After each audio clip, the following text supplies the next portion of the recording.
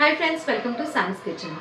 Friends, प्रत्येक घरात ना रोज एक प्रश्न विचारला जातो, तो आहे आज जेवायला काय आहे।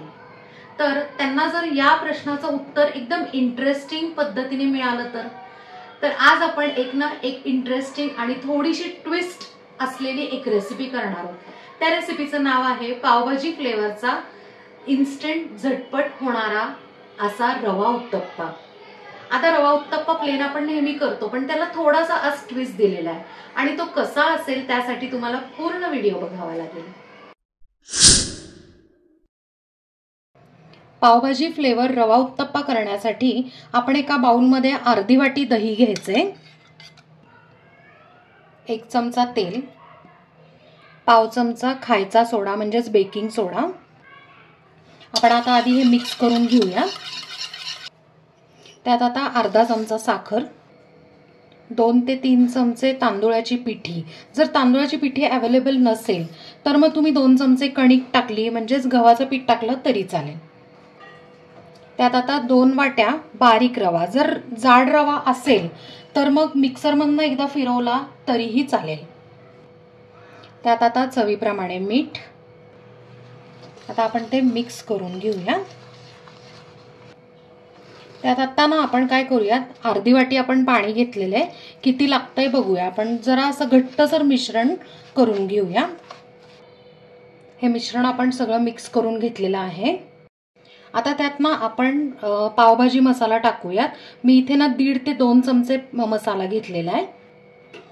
1 ते 1.5 चमचा आलं लसूण पेस्ट, बारीक चिरलेली कोथिंबीर। आता त्यात आपण ना मिक्स भाज्या टाकायच्या आहेत। आपण ज्या पावभाजीला टाकतो त्या, तर इथे आपण आहे ना पहिला आहे ना बारीक किसून घेतलेला फ्लावर टाकायचा आहे, एक 2 ते 3 चमचे आहे हा। एक छोटी ढोबळी मिरची आपण बारीक चिरून घेतली ती टाकून घेऊया। 2 ते 3 चमचे बारीक चिरून घेतलेलं गाजर, एक मीडियम साईजचा कांदा बारीक चिरून घेतलाय। त्यात आता आपण हे जे मटार आहेत ते थोडेसे आपण मिक्सर मधनं क्रश करून घेतले, जवळजवळ पाव वाटी होते ते घेतले।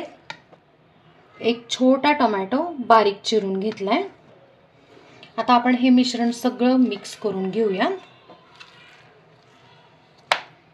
आपण काय केलं की सुरुवातीचं जे रव्याचं मिश्रण जे आहे ते किंचित घट्ट ठेवलेलं आहे, कारण का माहितीये का की या ज्या आपण मिक्स भाज्या टाकलेल्या आहेत, कांदा वगैरे सगळं, तर त्याला ना पाणी सुटतं यासाठी। सो आपण काय होतं की आधीच जर पातळ केलं तर उत्तप्प्याचं मिश्रण आहे ना पातळ होऊ शकतं, आणि उत्तप्प्याला मिश्रण कसं आहे की थोडंसं घट्ट लागतं डोश्याच्या मिश्रणापेक्षा। आता मिश्रण सगळं मिक्स करून झालेलं आहे आणि रवा आहे, सो आपल्याला थोडंसं 15 ते 20 मिनिटं आहे ना मिश्रण मुरण्यासाठी आपल्याला ठेवावं लागेल। 20 मिनिटं झालेले आहेत। आपण आता बॅटरची कन्सिस्टन्सी चेक करूया।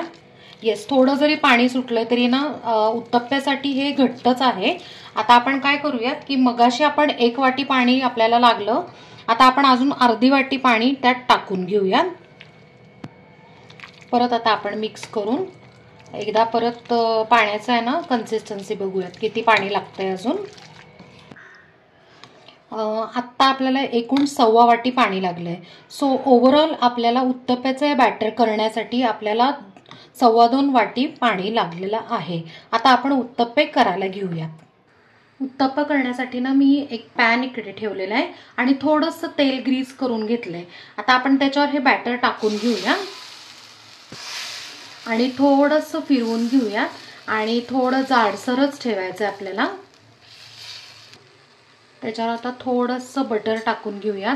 ऑप्शनल आहे, तुम्ही बटरच्या ऐवजी आहे ना थोडंसं तूप टाकलं तरी चालेल किंवा तेल टाकलं तरीही चालू शकतं।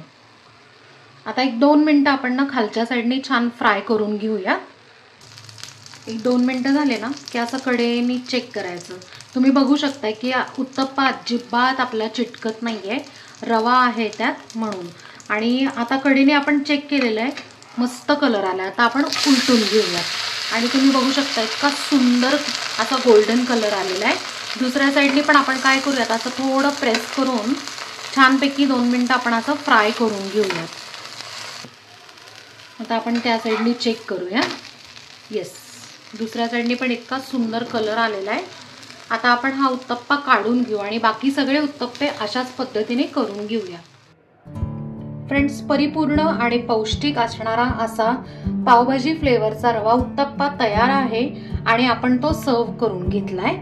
त्याबरोबर आपण मस्तपैकी व्हाईट चटणी दिलेली आहे. आपण ह्याच्या आधी सुद्धा 2-3 प्रकारच्या चटण्या केलेल्या आहेत. सो त्या चटण्यांचे जे व्हिडिओ आहेत ते डिस्क्रिप्शनमध्ये त्याच्या लिंक्स दिलेल्या आहेत, त्या तुम्ही तिकडे चेक करू शकता.